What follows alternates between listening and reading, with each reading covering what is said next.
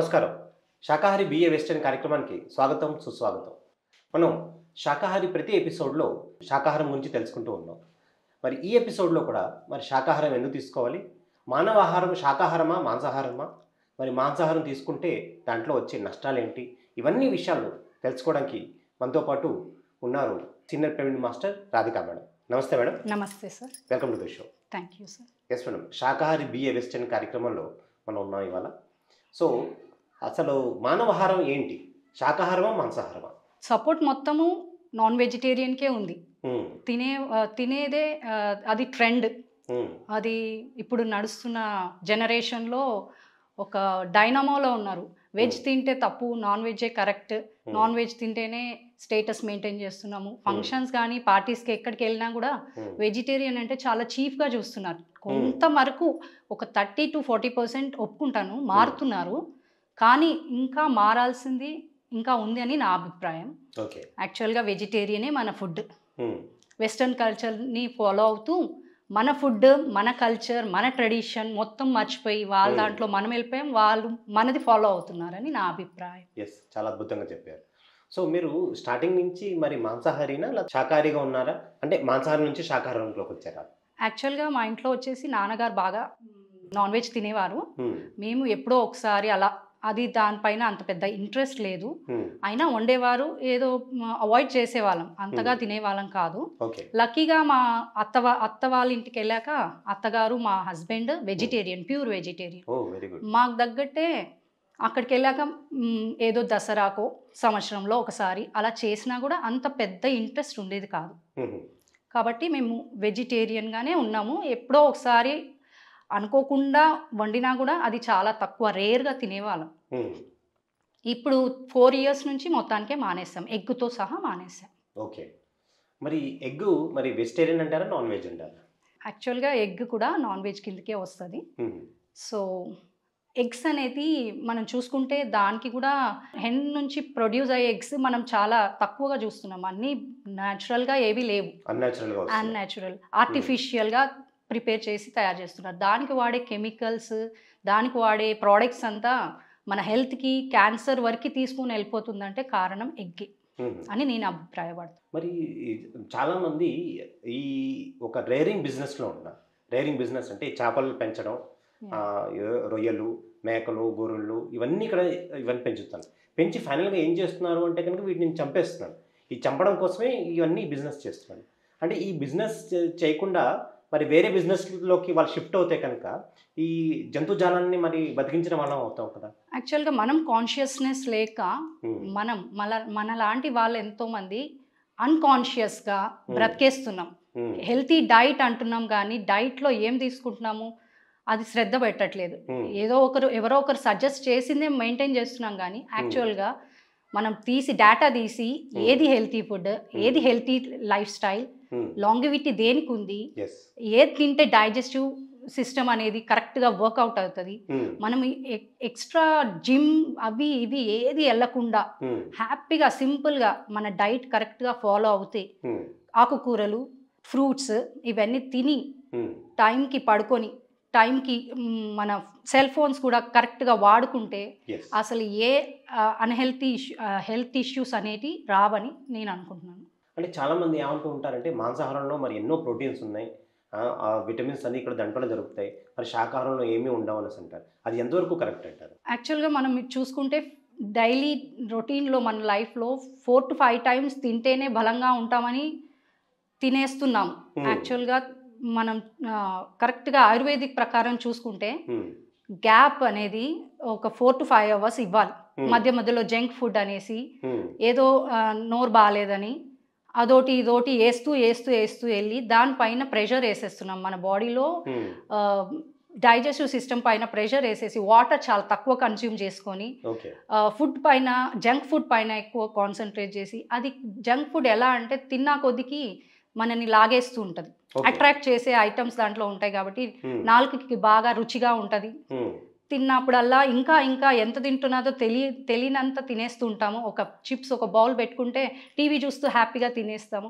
కాబట్టి మనం ఏం చేస్తున్నాం యాక్చువల్గా, ఏం తినాలి, ఎలా ఉండాలి, ఎప్పుడు పడుకోవాలి, ఎప్పుడు లేవాలి, అసలు సలాడ్స్ ఏంటి, ఫ్రూట్స్ ఏంటి, అది కూడా ఆర్గానిక్గా మన ఇంట్లో మన వరండాలో పెరట్లో పెంచుకొని, యాక్చువల్గా చాలామంది అది చేస్తున్నారు, రూఫ్ గార్డెనింగ్ అని. ఇదంతా చేసుకొని దాంట్లో ఏమున్నాయి తెలుసుకుంటే మాత్రం మనం చాలా హెల్తీగా హెల్తీ లైఫ్ని లీడ్ చేయగలుగుతాం. అది అంటే చాలామంది అంటే అమ్మవారికి మొక్కులు తీర్చడం కోసం ఈ మూగ జంతువుల్ని చంపేస్తున్నారు.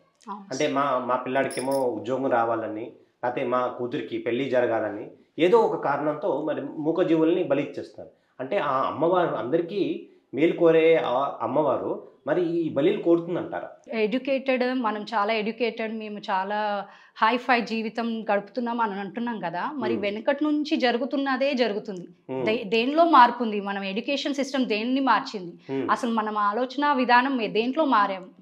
యాక్చువల్గా ఎప్పటి నుంచైనా అది ఉంది, కరెక్టే, ఒప్పుకుంటాను. మరి మనం చదివి మనం సాధించింది ఏంటి? ఆ విజ్డమ్ ఎక్కడుంది? అది ఆలోచించుకోవాలి ఒక్కసారి. మనం వెనక్కి తిరిగి మన చదువులు దేనికి పనికొస్తున్నాయి? మూగజీవులను చంపడానికి పనికొస్తున్నాయా?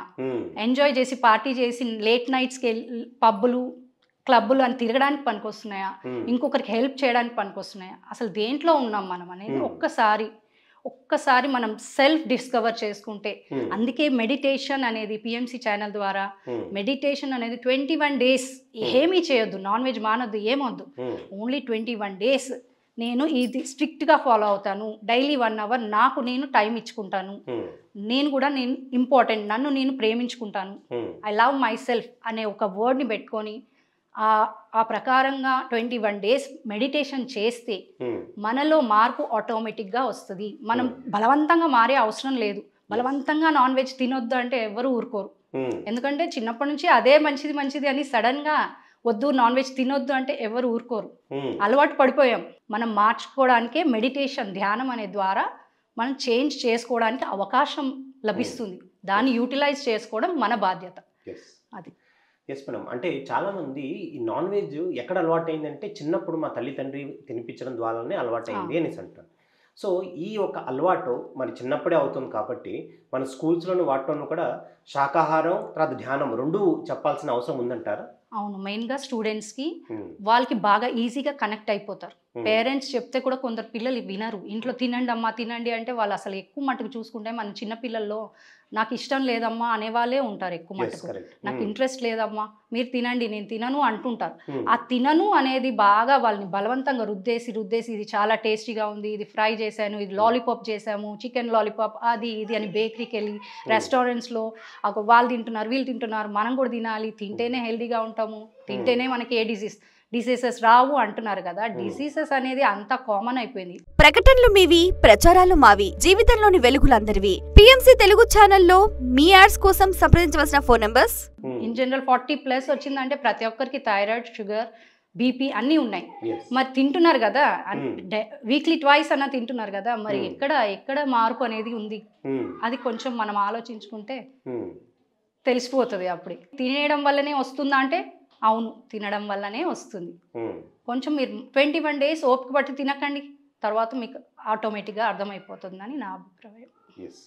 అంటే మాంసాహారం తినే వాళ్ళకి వాళ్ళకు ఆలోచించే విధానం ఎలా ఉంటుంది, అలాగే శాకాహారం తినే వాళ్ళకి ఆలోచించే విధానం ఎలా ఉంటుంది అంటారు? ఆహారం అలవాట్లతో పాటు పెరిగిన పరిసరాలు, ఎన్విరాన్మెంట్, వాళ్ళ ఫ్రెండ్స్ అన్నీ డిపెండ్ అవుతుంది. ఉట్టి ఆహారమే మనని మొత్తం క్యాల్కులేట్ చేయలేదు, బట్ ఆహారం కూడా క్యాల్కులేట్లోకి వస్తుంది. కాబట్టి ఫస్ట్ ఆహారం అనేది సాత్విక ఆహారం ఉంటే ఆ అబ్బాయి we become what we eat అని విన్నాను నేను. వి బికమ్ పత్రిజీ కూడా అంటూ ఉంటారు, జైసా అన్ను వైసా మన్ అని కూడా పత్రిజీ అంటూ ఉంటారు. మనం ఏది తింటే అదే అవుతాం కదా. అప్పుడు మన బ్రెయిన్ అనేది, మన మైండ్ అనేది చాలా డిఫరెంట్గా ఉంటుంది. నాన్ వెజ్ తినే వాళ్ళకి తినని వాళ్ళకి కంపేర్ చేస్తే వాళ్ళల్లో టెన్షన్స్, డిప్రెషన్, యాంగ్జైటీ ఇలాంటి ఎమోషనల్ ఇంబ్యాలెన్సెస్ చాలా చూస్తున్నాం ఈ మధ్య పిల్లల్లో. పేషెన్సీ అనేది అసలు పేషెన్స్గా ఉండట్లేదు. ఎందుకు కారణం అంటే వాళ్ళు తినే ఆహారాన్ని బట్టే వాళ్ళు తయారవుతున్నారు. అంటే పత్రిజీ గారు మైక్రో ఓవెన్ వాడకూడదు అనేసి చాలా ఘంటారవంగా చెప్పారు. మరి దాని వెనకాల ఉన్న ఆ ఒక మెయిన్ తథ్యం ఏముంది అంటారు? యాక్చువల్గా మనము చూస్తే ఇప్పుడు మనం ఒక 30 years బ్యాక్ వెళ్తే వాళ్ళు చేసే ఆహారం మొత్తము కట్టెల పొయ్యి మీద వండేవారు. కట్టెల పొయ్యి మీద చాలా టేస్టీగా, హ్యాపీగా, అది తిన్నా కూడా హెల్దీగా ఉండేది. రోజు రోజుకి ఎలక్ట్రిక్ వస్తువుల్లో ఆ పర్సంటేజ్ అనేది న్యూట్రియంట్స్ కానీ ప్రోటీన్స్ కానీ అవన్నీ చాలా తగ్గిపోతాయని, అది ఒకటి మీరు అన్నారు కదా మైక్రో ఓవెన్, అది ఎప్పటికప్పుడు స్విచ్ ఆన్ చేయంగానే చల్ల పదార్థం వేడి చేసేసి 5 minutesలో మళ్ళీ వేడి చేసి చల్లగా అయిపోతే మళ్ళీ వేడి చేసి ఇలా రిపీటెడ్గా వేడి చల్లగా చేసి దాంట్లో ఉన్న న్యూట్రియంట్ కంటెంట్స్ అనేటివి మొత్తానికి తగ్గిపోయాక అది తిన్నా కూడా ఎనర్జీ అనేది రాదు. అందుకు వాడొద్దని అన్నాను. ఇంకొక పాయింట్ ఏంటంటే పత్రిజీ ఏమన్నానంటే దాంట్లో డిస్ట్రక్టివ్ ఎనర్జీస్ కూడా ఉంటాయి, అది మొత్తం తింటే కనుక అది క్యాన్సర్ వచ్చే ప్రమాదం కూడా ఉందని మరి బ్రహ్మశ్రీ సుభాష్ పత్రిజీ గారు చెప్పడం జరిగింది. WHO అంటే వరల్డ్ హెల్త్ ఆర్గనైజేషన్ వాళ్ళు కూడా ఇటీవలే ఒక ప్రెస్ రిలీజ్లో ఏం చెప్పారంటే కనుక మాంసాహారం తినడం వల్ల రకరకాల జబ్బులు వస్తున్నాయని చెప్పడం జరిగింది. సో అంచేత WHO రిలీజ్ చేసిన స్టేట్మెంట్ ప్రకారం అంటే మనం మాంసాహారం తినడం కంప్లీట్గా మానేస్తేనే మంచిది అన్నట్టుగా చెప్పారు. సో ఈ ఒక విషయంలో మరి ఎంతవరకు కరెక్ట్నెస్ ఉంది అనేసి అంటారు? డెఫినెట్గా సార్, మాంసాహారం అనేది మాంసాహారానికి మాత్రం నేనైతే ఒప్పుకోను. శాకాహారంలో ఉండి fruits, salads, vegetables, organic vegetables పండించుకొని తింటే డెఫినెట్గా మనం హెల్దీ లైఫ్ స్టైల్కి మారుతామని నా నమ్మకం. అంటే మన ప్రజెంట్ ప్రెసిడెంట్ ద్రౌపది ముర్ము గారు ఆవిడ ఏం చేశారంటే మొత్తం అంటే పార్లమెంట్లో భోజనం ఉంటే కనుక శాకాహారి భోజనమే ఉండాలి అనేసి అన్నట్టుగా అది ఒక పార్లమెంటరీ అది ఒక రూల్ పాస్ చేశారు అనమాట. సో ఎప్పుడైతే హయ్యర్ లెవెల్లో అలాంటి పీపుల్ సపోర్ట్ చేస్తారో మరి ఈ శాకాహారం కూడా ఒక మూమెంట్ లాగా ముందుకు వెళ్తుందంటారా?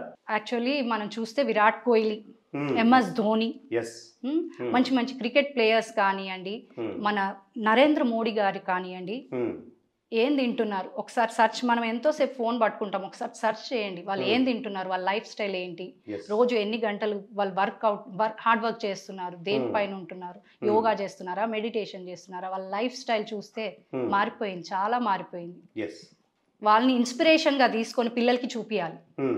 విరాట్ కోహ్లీ కానివ్వండి, MS ధోని కానివ్వండి, ఏం తింటున్నారు, వాళ్ళ ఆలోచన విధానం ఎలా ఉంది, వాళ్ళు ఇన్స్పిరేషన్గా చూపిస్తే పిల్లలు ఖచ్చితంగా మారుతారు.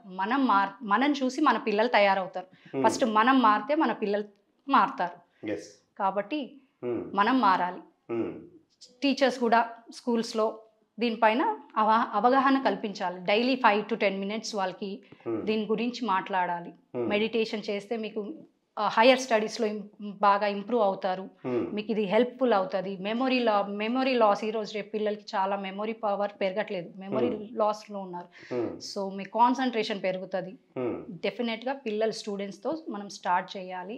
ప్రకటనలు మీవి, ప్రచారాలు మావి, జీవితంలోని వెలుగులందరివి. PMC తెలుగు ఛానల్లో మీ యాడ్స్ కోసం సంప్రదించవలసిన ఫోన్ నంబర్స్. అంటే మన ఎన్విరాన్మెంట్ కూడా ఈ జంతుజాలాన్ని చంపుతుంటే అది ఇంపాక్ట్ అవుతుంది. జంతుజాలాన్ని చంపుతుంటే సరైన వర్షాలు పట్టలేదు, ల్యాండ్ స్లైడ్స్ వస్తున్నాయి, భూకంపాలు వస్తున్నాయి, సునామీలు వస్తున్నాయి. మరి ఈ ఒక జంతుజాలాన్ని చంపడం ఆపితే కానీ ఇవన్నీ ఆగవంటారా? నేచర్ మనకి చెప్తుంది, అసలు వినట్లేదు. మనం నేచర్కి అగెన్స్ట్గా వెళ్తున్నాం. మనం నేచర్ని ఫాలో అవుతే ఇవన్నీ అసలు ఇంత అల్లకొల్లాలే ఉండవు. నేచర్ ఇచ్చింది మనకి, చెట్లు ఇచ్చింది, పండ్లు ఇచ్చింది, కూరగాయలు ఇచ్చింది. నేచర్లో ఉన్నది తింటూ నేచర్ని అర్థం చేసుకుంటే మనకి ఇటువంటి ప్రాబ్లమ్స్ అనేవి రావు. మరి కొంతమంది ఏమంటారంటే కనుక ఈ కోళ్ళు, మేకలు ఇవన్నీ కూడా జనసంఖ్య ఎక్కువ అయిపోతుంది, అంటే మనం అవి కోసుకు తింటూ దానికి న్యాయం చేస్తున్నాం ఎక్కువ పెరగకుండా అని చాలా మంది వితండవాదం చేస్తుంటారు. అది ఎంతవరకు కరెక్ట్ అంటారు? యాక్చువల్గా మన పాపులేషన్ కూడా చాలా పెరిగిపోతుంది కదా సార్, మరి దానికి ఏం చేద్దాం?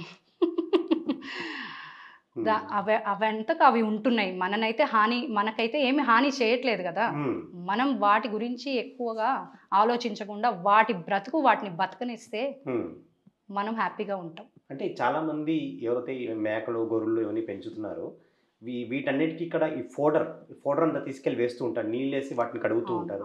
So end of the day ఏమవుతుందంటే కనుక ఈ నీళ్లు తక్కువ వాళ్ళకి వాడేస్తున్నారు, ఈ ఫోడర్ వాడేస్తున్నారు, ఫైనల్గా ఏమవుతుంది, ఆ పశుపక్షాలు అదే ఆ పశువులన్నింటినీ కూడా చంపేయడం జరుగుతుంది. అవును.